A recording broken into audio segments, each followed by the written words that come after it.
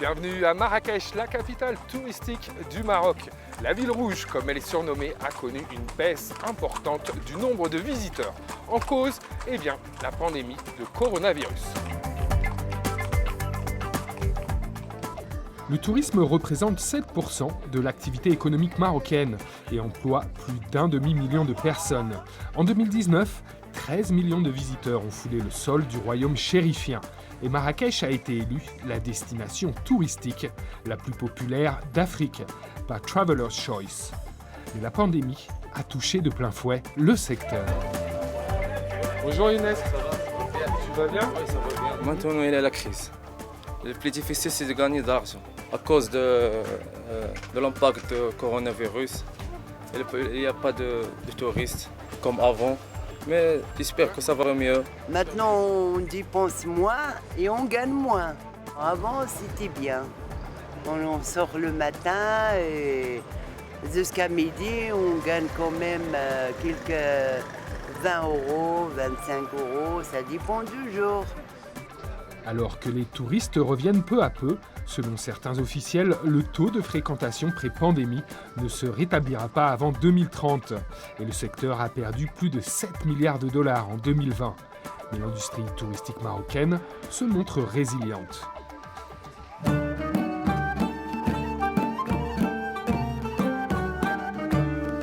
Des choses qui me fait revenir à Marrakech, eh bien, ce sont les magnifiques riads. Des maisons traditionnelles marocaines avec une architecture singulière. Certaines datent du XIe siècle.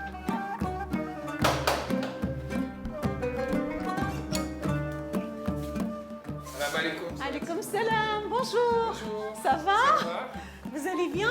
Oui, merci. Bienvenue chez nous. Merci. C'est une crise qui nous a ouvert les yeux sur toutes les richesses qu'on a au Maroc. Au fait, c'est un mal pour un bien. Parce qu'on a trop négligé le tourisme local. On a découvert que, heureusement, on peut vivre entre nous sans être obligé d'avoir, c'est-à-dire une clientèle de l'étranger. Si le Maroc est connu pour son tourisme de masse, c'est aussi une destination de luxe. David Beckham, Idriss Elba et Lionel Messi, pour n'en citer que quelques-uns, ont tous apprécié l'hospitalité marocaine. Nous sommes à l'hôtel Selman. En plus de ses jardins luxurieux, ses chambres haut de gamme et son architecture exquise, ce qui attire les riches touristes ici, comme Madonna qui a fêté son 60e anniversaire, ce sont de magnifiques chevaux. Allez, suivez-moi.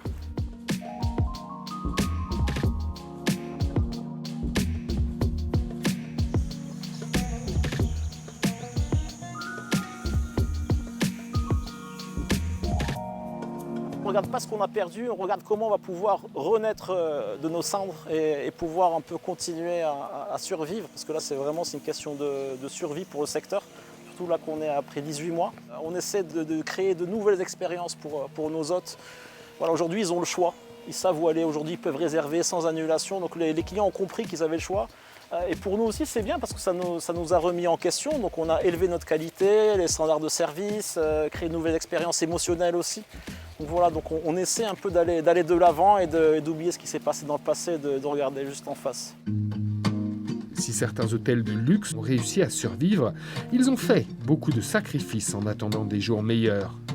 Et pour Hamid Bentahar, le président du Conseil régional du tourisme au Maroc, le pays a besoin d'une forte stratégie de relance pour soutenir le secteur. Nous avons travaillé avec les professionnels sur un véritable programme, à la fois pour la compétitivité, la relance sur le court terme et pour poser les bases d'une transformation durable.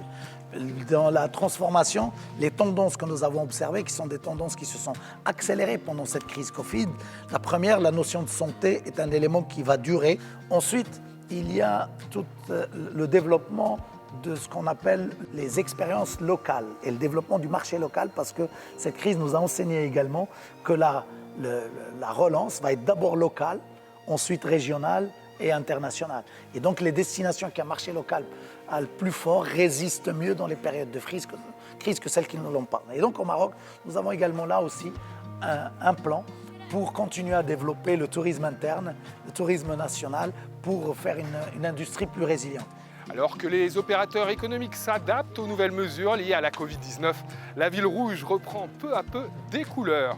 Si un optimisme prudent y règne, la reprise économique sera peut-être longue. Quant à moi, l'hospitalité marocaine c'est fini. Il est temps de rentrer à la maison.